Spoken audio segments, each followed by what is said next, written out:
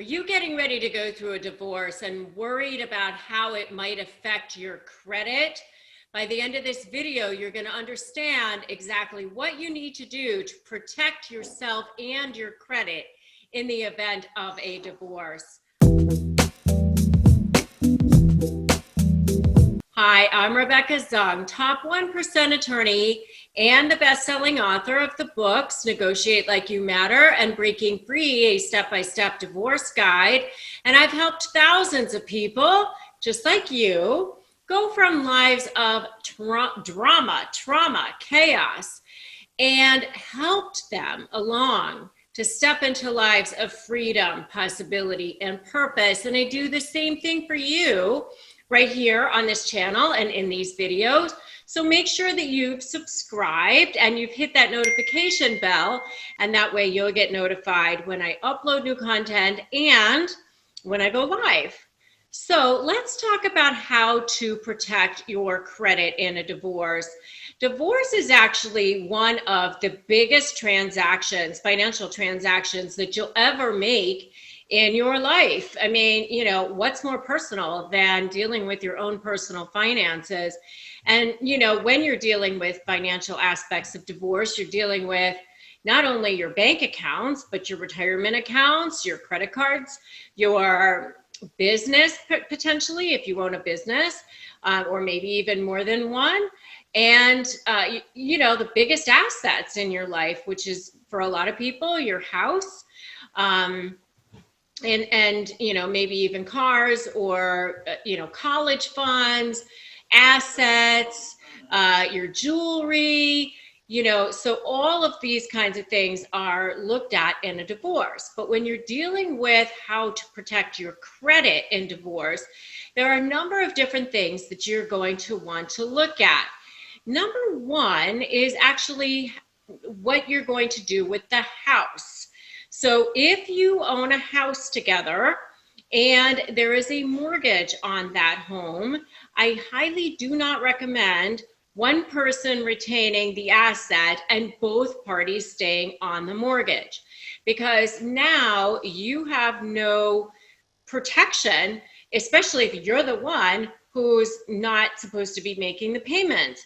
And a lot of times people will say, okay, you know, I'll put language in the agreement that says that, you know, one person's going to make the payments. And if that person doesn't make the payments, then the other person, you know, has to, you know, be indemnified, or they hold the other person harmless or something like that. But here's the thing that people don't realize, and that is that the bank, the mortgage company, whoever the entity is that holds that mortgage, still thinks that you're both accountable. They still want both pockets there available for them to go after if somebody defaults on the mortgage. So how that plays out in divorce court in reality is, let's say it's the wife who's supposed to make the payments. Wife doesn't make payments. Now bank goes after both of you. And you say, and husband goes, hey, but I'm not supposed to make the payments. See, here's the agreement. Bank goes, well, too bad. You still have to make the payments. If you want to protect your credit, then you're going to have to make the payments and catch me all back up, or catch the bank all back up. And then what your recourse is to go back to divorce court, file a motion for contempt or a motion to enforce, and now go set that for hearing, and then go to the court and go to the judge and say, look, judge, here's our agreement. She's supposed to pay. And then you have to wait for the judge to make a decision. Now, meanwhile, you have to incur fees for all of that. And it can take time because a lot of courts are backlogged. So the reality of that is, if payments get missed, the person whose name is still on that mortgage ends up kind of screwed if they don't have some kind of protection. So the best way to do that is if there's a house and one person is retaining the house, the person who's retaining the house also should refinance that mortgage. So that's one way to definitely protect your credit in divorce. The next thing that you're going to want to do is make sure that all joint credit cards are closed and paid off and closed. You don't want to retain your name on a joint credit card at all. Yes, you do get dinged a little bit if you close a credit card, but you really don't want to leave your name out there, because even if you pay it all off in the settlement, if the other person goes back and charges a ton of stuff on it, and now that card is open, and again, just like with the mortgage company, the bank goes, well, both names are on it. I want to keep as many pockets open as possible. So now the bank is going to go back and want both names in to be available to go after. So if you want to make sure that you're protected in your divorce, give me a protect me in the comments right now. The next thing that you can do is make sure that you do the same thing for any kind of car payments or any kind of loan.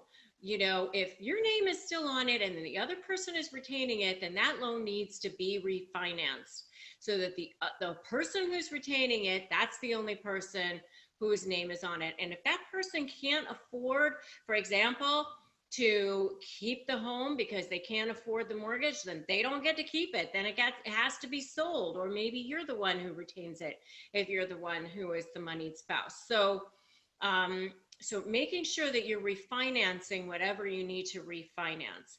And the last thing that you want to do is make sure that you check your credit on a regular basis during the divorce and even after the divorce, because things like divorce don't show up on credit cards. On credit statements, like credit reports, TransUnion, and all those types of services. They don't know that you got divorced, and your divorce decree or your final judgment doesn't show up on a credit report. So as far as the credit reporting agencies are concerned, it's just life goes on as if it's been going on. So remember that person who you were once married to has very important information, such as your social security number, your date of birth. They know your mother's maiden name. They know the name of your first pet and all of these things. So, you want to make sure that you periodically are checking your credit, maybe 3 months, 6 months, or even a year after you got divorced, to make sure that nothing was opened in your name without your permission. And if you are getting ready to divorce a narcissist, make sure that you check out my video on before you leave a narcissist. Watch this. And if you are getting ready to negotiate with a narcissist, make sure to grab my free Crush My Negotiation Prep Worksheet. You can get it at winmynegotiation.com. If you like this video, give it a like. And if you think it's helpful for someone else, make sure you share it and drop me a comment to let me know that you were here. And if you want more support, or you're dealing with a narcissist, come join me in my free private Facebook group called Narcissist Negotiators with Rebecca Zung. I'm so glad that you were here. And remember, today's a great day to start negotiating your best life. I'll see you in the next video.